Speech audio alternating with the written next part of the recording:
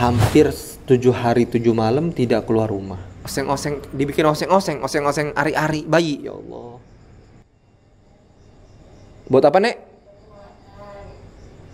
Anjay. Nenek bilang katanya buat kekuatan.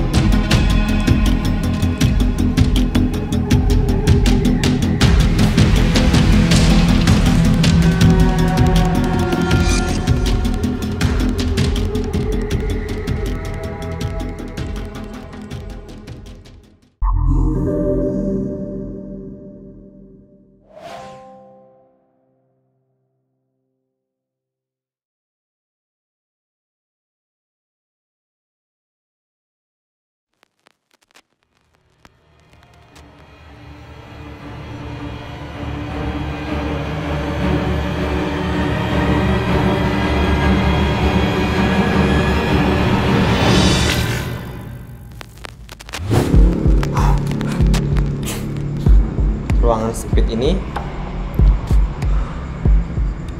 sepertinya kalau di musim hujan itu air masuk semua banget. Makanya ini debu-debunya yang menggumpal tanah-tanah yang menggumpal ini udah jadi debu. Dia ngebuang sekarang sih. Apa dong? Kayak semen. Bukan lah, semen nggak kayak gini. Itu kayak putih-putih gini sih Bang. Pasir ini, kayak pasir pinggir jalan yang apa namanya, yang truk-truk gitu Bang, truk-truk batu, truk tanah. Kayaknya debu dari luar kayaknya. Iya, kumpul semua di jalan. Karena ini bisa dilihat ini aksesnya pinggir jalan sekali. Banyak sekali kendaraan berlalu lalang meskipun sudah tengah malam. Oke, pemirsa, tinggalkan saya seorang diri, saya sudah melakukan adu nyali seorang diri. Kita pasti. Hati-hati Bang Edi. Ya, siap.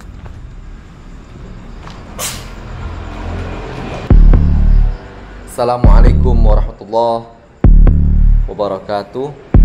Selamat malam pada seluruh pemirsa dimanapun pemirsa berada, baik yang dari dalam negeri maupun luar negeri, dari Indonesia, Malaysia, Brunei, Filipina, Uni Emirat Arab, Saudi Arabia, dan terutama bagi saudara-saudari kita yang kita disatukan oleh kemanusiaan segala macam ya.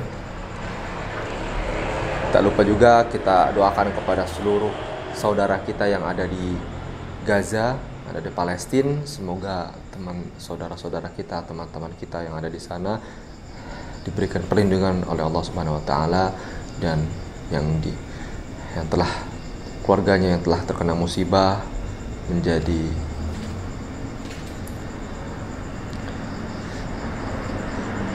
diberikan kesabaran dan menjadikan syuhada di sisi Allah Subhanahu wa taala ya teman-teman ya.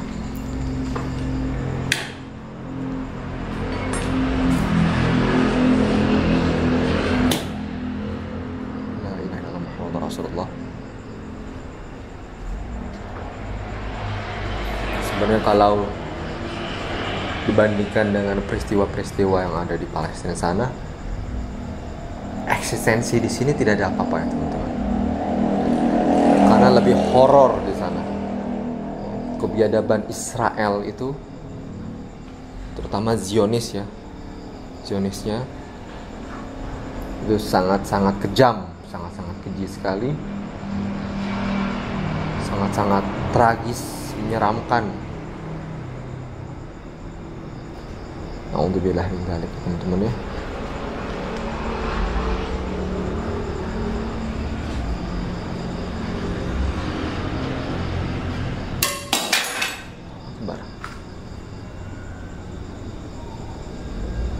kalau ekstensi setan semacam ini nih hanya terdengar, hanya dirasakan oleh kita sekeliling kita, tidak begitu yang menyerang sampai satu kota. Makanya setan yang paling ganas itu udah setan yang dari kalangan manusia, mengenaskan, menyeramkan sekali.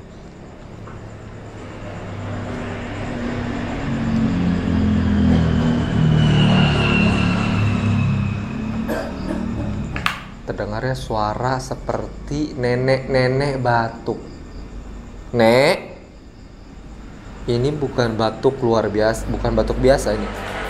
Ini batuk dari bangsa jin, dari bangsa setan, bukan dari bangsa manusia ini. Allahu Akbar, Allahu Akbar. Walillahil hamd. Nek,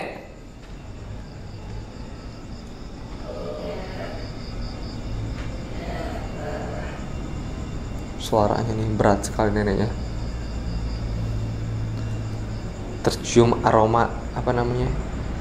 Kayak sirih apa yang suka kapur sirih gitu teman-teman. Karena katanya konon si nenek dukun beranak ini suka ngunyah kapur sirih.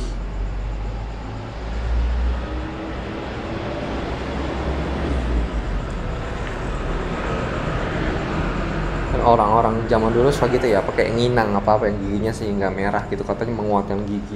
Nah, si nenek itu seperti itu, suka ngunyah-ngunyah gitu. Bahkan nenek ini, kata pengakuan tetangganya, kerap kali membakar namanya kemenyan madu, sehingga sekeliling rumahnya ini wangi kemenyan madu teman-teman. Allah Akbar, suara.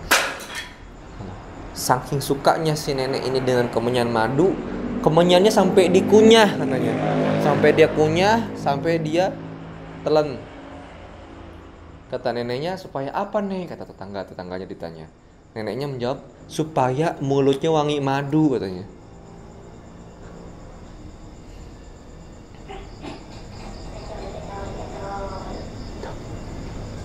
Suara nenek. Ditanya sama tetangganya, nenek kenapa menginginkan mulutnya wangi kemenyan madu? Dia bilang katanya, sebab suami saya yang sudah meninggal suka kalau cium saya wangi madu mulut saya.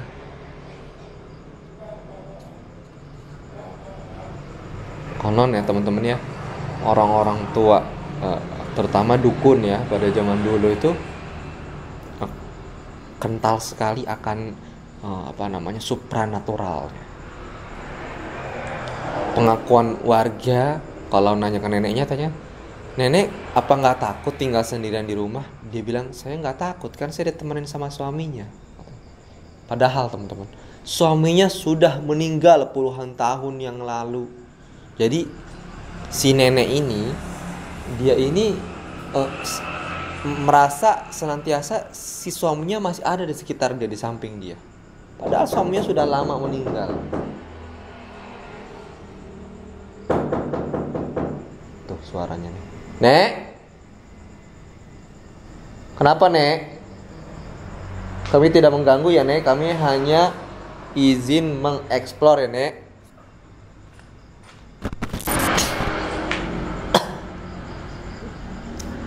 Yang aneh bin ajaibnya teman-teman, nenek-nenek ini suka ditanya sama warga sekitar, nenek kenapa bayi setiap yang nenek urusin katanya itu diyakini kalau sakit dibawa ke nenek jadi sembuh.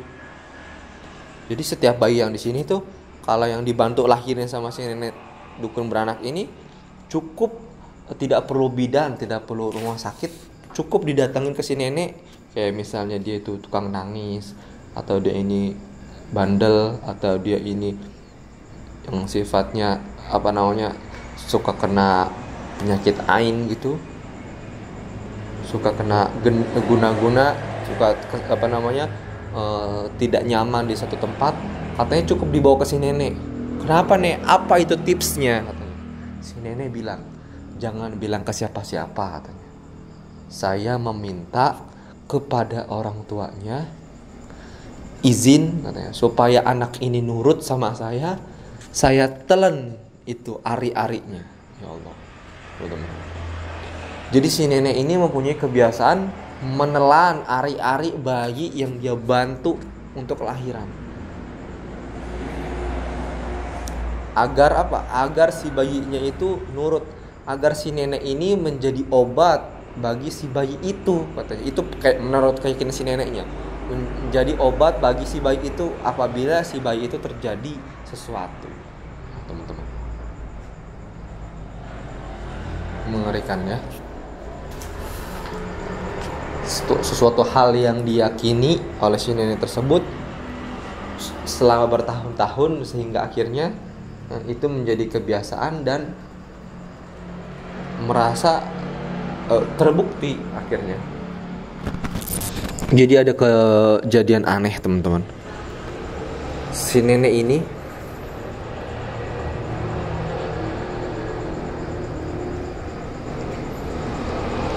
ini katanya hampir 7 hari 7 malam tidak keluar rumah.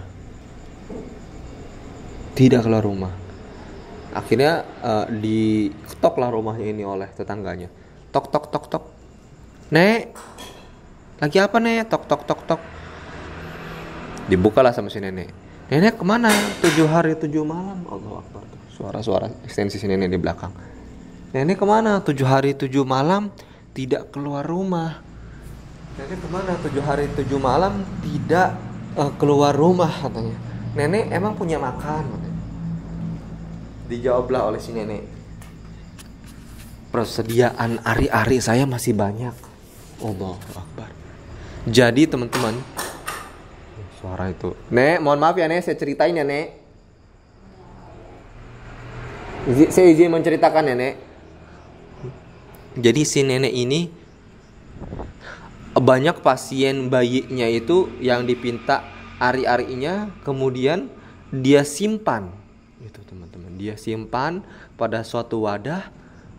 Setiap 1 hari dia ambil 1 ari-arinya, dia bikin apa namanya itu, oseng-oseng ini, dibikin oseng-oseng ari-ari bayi. Ya Allah, cuma pakai bawang merah, bawang putih sama cabai, bawang tomat, dibikin oseng-oseng. Siga orek tempe wae nyana nyeentah. Ya kalau teri, kalau rebon, kalau kikil kan enak teman-teman. Ini ari-ari bayi, sama dia dibikin oseng-oseng, pakai kecap juga. Ya Allah. Pakai cabai, bawang tomat, bawang merah, bawang putih. Apa namanya, tetangganya yang diceritain itu langsung muntah-muntah, akhirnya cabut dari rumah ini. Dia keluar, tidak kuat, merinding. Itulah dia keunikan dari si nenek dukun beranak ini. Nenek dukun beranak ini udah lama, saya meninggalnya dari tahun 80-an ini. Kalau tidak salah hampir tahun 90-an dia meninggal. Dan ini sebenarnya rumah lama yang masih kokoh bangunannya, sehingga masih kita bisa masukin ya. Nek.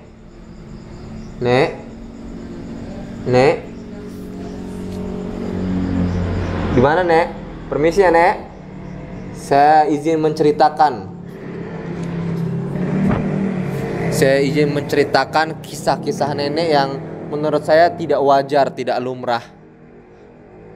Jadi saya ingin menceritakan bahwasanya memang ada makhluk-makhluk atau manusia unik semacam nenek ini di muka bumi ini. Kok bisa ari-ari bayi dioseng-oseng pakai kecap, cabai, bawang tomat, pakai nasi pula. Kan nenek bisa beli ke warteg zaman dulu Nek. Di warteg itu ada makanan namanya sejenis kikil. Itu enak Nek, gak usah ari-ari bayi kocak. Buat apa Nek? Anjay. Nenek bilang katanya buat kekuatan. Memang kalau nenek tidak makan ari-ari kenapa, Nek? Kenapa, Nek? Tidak begitu jelas ya bahasa si nenek ini.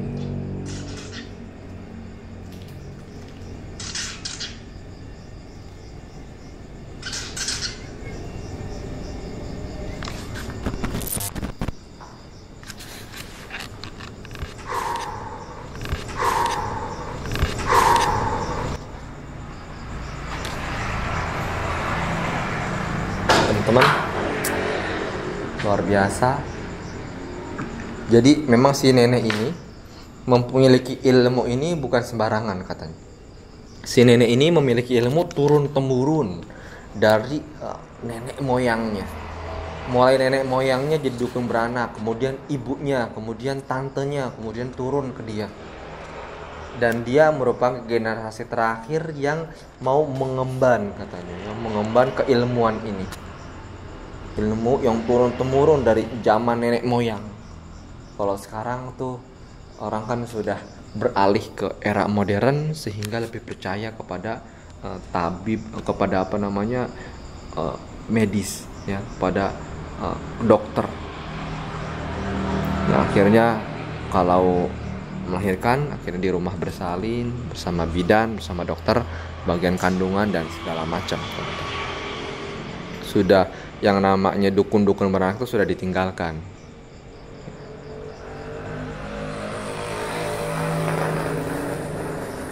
Gitu ya teman-teman ya.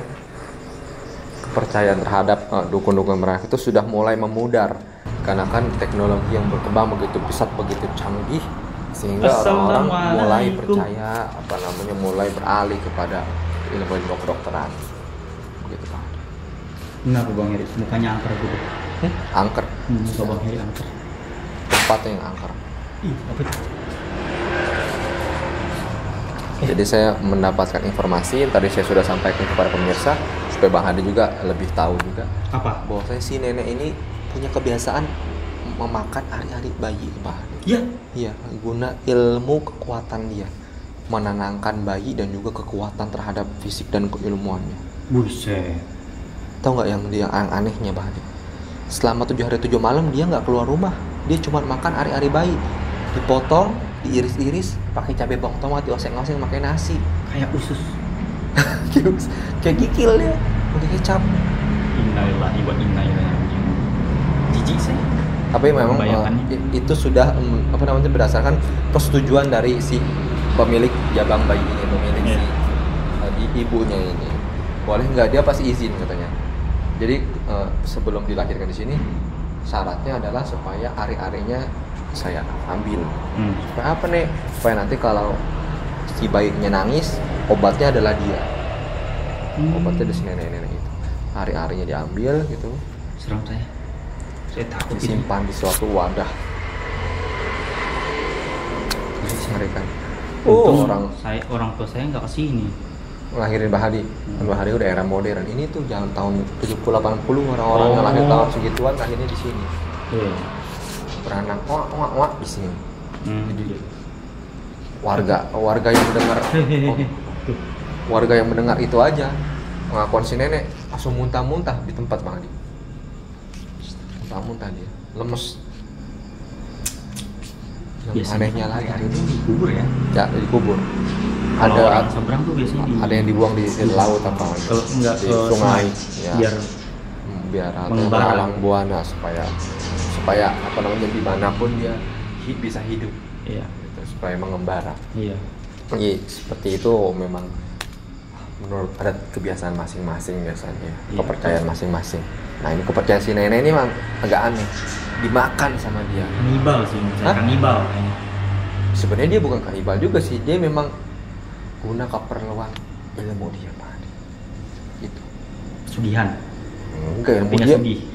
Ilmu dia itu, ilmu turun temurun itu memang itu sudah diwariskan oleh dari zaman nenek moyangnya, mulai dari nenek moyangnya, ibunya, berarti tantenya dia. Juga kayak gitu. Iyalah. Sekarang anaknya di mana? Anaknya sudah tidak melanjutkan apa namanya kebiasaan turun temurun keilmuan itu. Cucunya Anak-anaknya juga. tidak ada yang sanggup. Cucunya kayaknya lebih ke ini ya, lebih ke profesi yang menjanjikan ya gitu. Kayaknya jadi slot nggak tahu dah. Saya juga. Oke, Oke, Bang Heri, Bang Hadi, nanti kita tutup. saya tutup dan Bang Hadi lanjutkan adanya oleh seorang diri. Bang Hadi bisa berbincang-bincang di sini. Neneknya ini sepertinya open discuss juga nih. Bisa kita ajak diskusi neneknya. Ada suara-suara tadi.